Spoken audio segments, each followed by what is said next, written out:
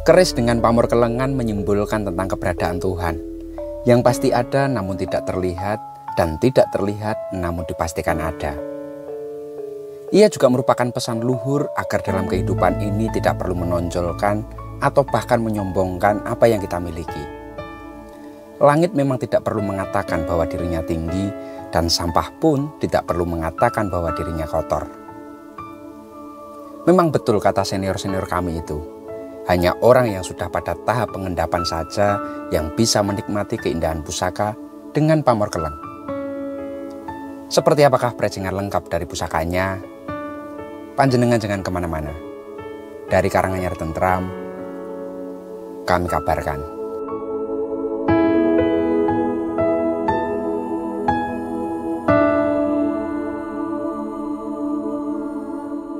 Gebyar dan pitekso dari Warangka saja sudah ngedap-ngedapi. Gayaman Surakarta dengan bahan kayu cendana wangi. Yang membuatnya menarik dan berbeda, bagian penduknya, gandarnya langsung dipahat dengan ukiran lunglungan.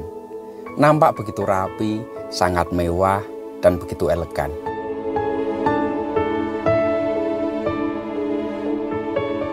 Secara keseluruhan busana ini nampak birawa, mewah, dan pastinya tutut hati.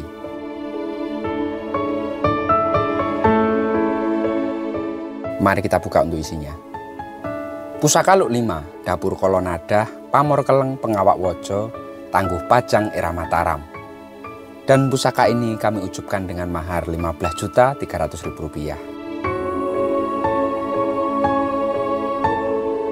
Keris pusaka ini semakin tampak berkelas karena agak berbeda di antara keris Mataram yang lainnya. Ada karakter pajang yang dibawa. Di antaranya itu bilahnya lebih lebar, birawa, nampak perkasa.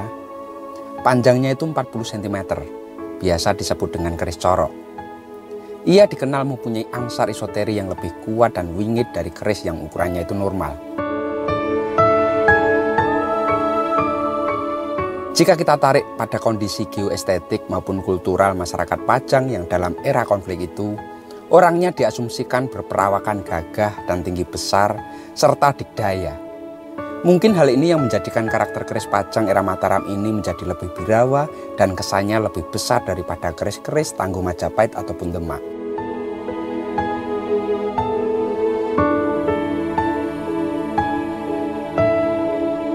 Dalam rasa pandang, luknya itu begitu luas.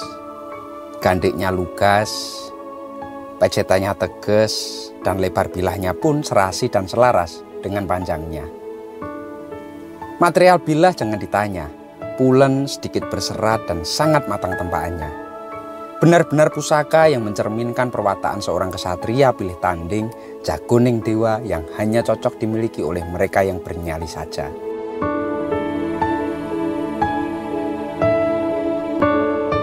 Dapur Kolonadah ini mempunyai rincian sogokan depan atau sisi ngajeng. Ia mengisyaratkan kepada kita bahwa tujuan di dunia ini adalah menerima waktu. Seperti namanya, kala artinya waktu dan nadah artinya menerima. Kami meyakini bahwa manusia yang dapat menerima dan memanfaatkan waktu adalah manusia yang akan mendapatkan kebahagiaan baik di dunia ataupun di akhirat kelak, insya Allah.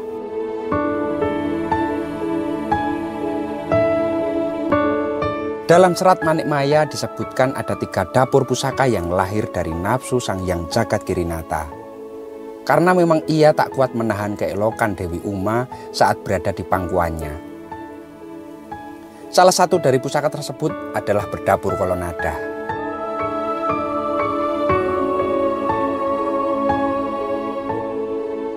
Kama Sang Hyang Jagat Kirinata tersembur jatuh ke dalam samudra, membuat samudra mendidih seakan protes dan bergejolak. Dari dalam samudra kemudian menjelmalah sesosok makhluk gegirisi yang di sekujur tubuhnya itu penuh upas dan racun mematikan. Sebagai rajanya raja para dewa, Sang Hyang Jagat Kirinata meminta makhluk gegirisi yang tercipta dari kamanya itu sungkem kepada ayahandanya. Pada saat sungkem itulah taring dan lidahnya dicabut dan dipuja menjadi keris Kolonadah ini.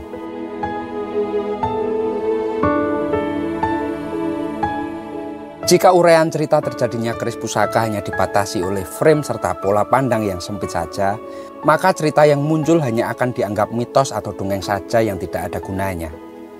Padahal jika kita cermati secara utuh, para winasis zaman dahulu dalam menyampaikan ajaran atau kaweruh selalu dengan sangit yang halus, menarik dan mudah dihafal.